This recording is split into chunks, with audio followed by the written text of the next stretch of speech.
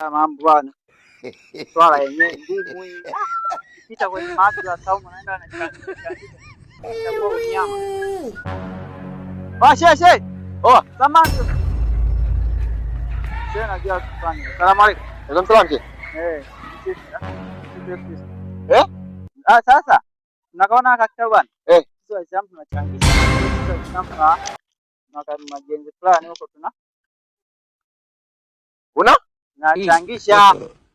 Una ujenzi? Yaani una ujenzi, unachangisha sasa. Chochote ulicho Bwana Yesu asifiwe ukaniambia. Unaanza kusikia. Ndugu yangu mimi nakujua. Mimi nakujua. Sema tule watu mbili tutapiga hizo hela. Sasa sikia. Hapa tu pige wingi. Wewe tutatete kwa machie kule sasa. Lazima tuwe na maduku nini?